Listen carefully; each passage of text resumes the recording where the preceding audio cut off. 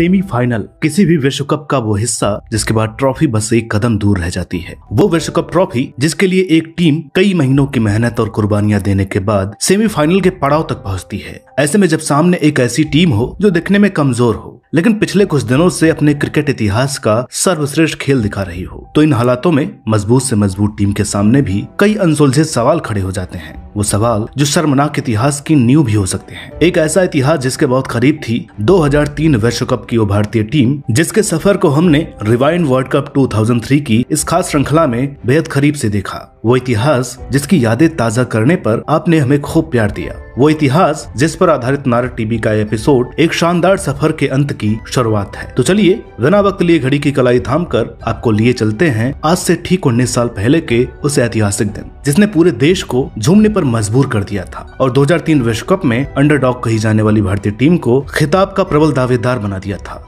दोस्तों, अब तक आपने देखा कि विवादों के साथ शुरू हुआ 2003 विश्व कप कैसे इंग्लैंड, साउथ अफ्रीका, न्यूजीलैंड और पाकिस्तान जैसी टीमों के लिए बुरे सपने जैसा रहा। तो वहीं दूसरी तरफ श्रीलंका, जिम्बाब्वे और केन्या ने अपने देश की क्रिकेट को विश्व भर में बुलंदी के नए आयाम पर पहुंचा दिया। खासकर केन्या ने जिम्बाब्वे को सुपर 6 मैच में हराकर जब सेमीफाइनल के लिए क्वालिफाई किया तब उनके लिए विश्व कप यादगार बन चुका था। लेकिन केन्या के शानदार सफर में 4 चांद ऑस्ट्रेलिया के विरुद्ध आखिरी सुपर 6 मुकाबले में तब लगे जब सिर्फ 178 रन डिफेंड कर रही केन्या ने एक समय ऑस्ट्रेलिया के सभी बड़े 5 विकेट 117 रनों तक गिरा दिए थे और आसिम करीम ने 8 ओवरों के स्पेल में 6 मेडन ओवरों के साथ सिर्फ 7 रन देकर 3 विकेट लेने का कारनामा किया था। वो एक ऐसा मैच था जिसमें ब्रेट ली के हैट्रिक लेने से ज्यादा केन्या के फाइटिंग स्पिरिट की चर्चा हो रही थी। आसान भाषा में कहें तो हार के बावजूद केन्या बुलंद हौसलों के साथ भारत के सामने सेमीफाइनल में खड़ा था। दूसरी तरफ भारत अपना आखिरी मैच न्यूजीलैंड से जीतकर जरूर आई थी, लेकिन 150 से कम का लक्ष्य होने के बावजूद भारतीय टीम एक समय दबाव में थी, जिस दबाव की कहानी को हमने पिछले एपिसोड में कवर किया है। हालांकि भारत में आज भी वो मैच जहीर खान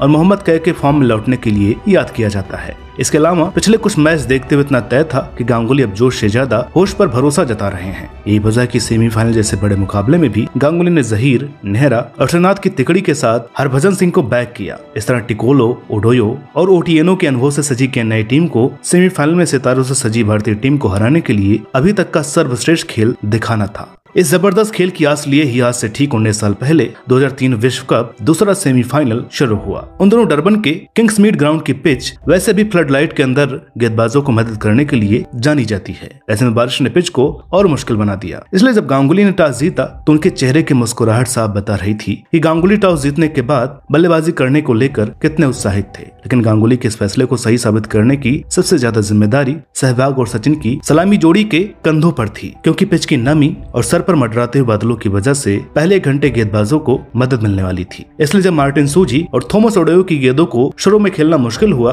तब सहवाग और सचिन टेस्ट स्टाइल की बल्लेबाजी कर रहे थे। इस मेहनत के बाद जब मुश्किल वक्त गुजर गया और जैसे ही सहवाग ने रफ्तार पकड़ना शुरू की तो गोडो की गेंद पर वीरू उडुम्बे को कैच दे बैठे। जब सहवाग 56 गेंदों में 33 रन बनाकर आउट हुए तो भारत करीब 19 ओवरों में सिर्फ 74 रन ही बना सका था। भारत का 3.25 के करीब यह रन रेट साफ बता रहा था कि पिच बल्लेबाजी के लिए कितनी मुश्किल थी। लेकिन तीसरे नंबर पर बल्लेबाजी करने आए कप्तान गांगुली के इरादे कुछ और ही थे। गांगुली ने सचिन के साथ मिलकर दूसरे विकेट के लिए 103 रनों की तेज साझेदारी निभाकर रन रेट बेहतर किया। खास तौर पर इस साझेदारी के दौरान सचिन ने जिस दिलकश अंदाज में कवर ड्राइव, फ्लिक और कट शॉट खेले उसने आने वाले बल्लेबाजों के मन में भी बेहतर करने के लिए हौसला पैदा किया। सचिन के टिकोलो की गेंद पर 83 रन बनाकर आउट होने के बाद कैफ और युवराज ने क्रमशः 15 एवं 20 रन बनाए। लेकिन इन सबके बीच सौरव गांगुली के नए गेंदबाजों पर कहर बनकर टूट रहे थे। सौरव ने जबरदस्त बल्लेबाजी करते हुए 111 रन बनाए। गांगुली ने अपनी शतकीय पारी में 5 आकर्षक चौके और 5 ही गगनचुंबी छक्के भी लगाए।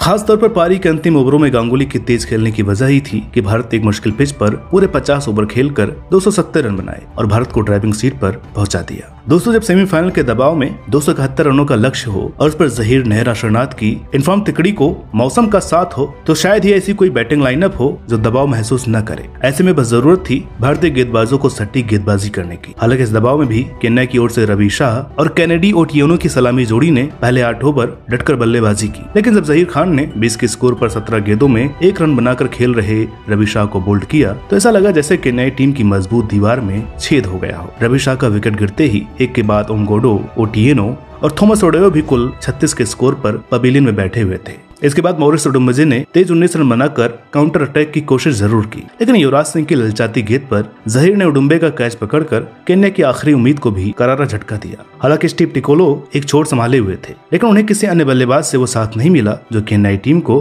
271 रनों के पहाड़ जैसा लक्ष्य तक पहुंचा सके। और जब टिकोलो भी 56 रन बनाकर तेंदुलकर की गेंद पर आउट हुए तो आगे का खेल बस औपचारिकता रह गया, जिस औपचारिकता को जहीर ने मार्टिन सूजी को बोल्ड कर पूरा किया। और इस तरह केन्या का 2003 विश्व कप में ऐतिहासिक सफर सेमीफाइनल तक ही रुक गया, जबकि भारत ने एक और जबरदस्त गेंदबाजी का मुजाहिरा करते हुए 91 रनों से मैच जीतकर फाइनल में एंट्री ले ली। ये जीत उस भारत की थी जिसने ऑस्ट्रेलिया से ग्रुप स्टेज में मिली हार के बाद सारी उम्मीदें खो दी थी। ये जीत तैयारी थी 1983 के बाद फिर से इतिहास रचने की। ये जीत नतीजा थी हौसलों से भरे कप्तान के जुनूनी खिलाड़ियों के जज्बे की। हालांकि इस मैच में एक डराने वाली बात जरूर सामने आई, और वो बात ये थी कि केन्या के 179 रनों के स्कोर में भारतीय गेंदबाजों ने 39 रन एक्स्ट्राज के रूप में दिए थे, जो कि एक इन्फॉर्म टीम के लिए बिल्कुल भी सही नहीं थी। लेकिन इन सब बातों से बेफिक्र फैंस भारत और ऑस्ट्रेलिया के विरुद्ध होने वाली फाइनल की तैयारी कर रहे थे, एक ऐसा फाइनल जिसका इंतजार पूरे भारत को कई सालों से था। तो दोस्तों, इस तरह भारत ने शानदार जीत के साथ केन्या के जादुई सफर को खत्म किया और एक यादगार इतिहास रचते हुए फाइनल में प्रवेश किया।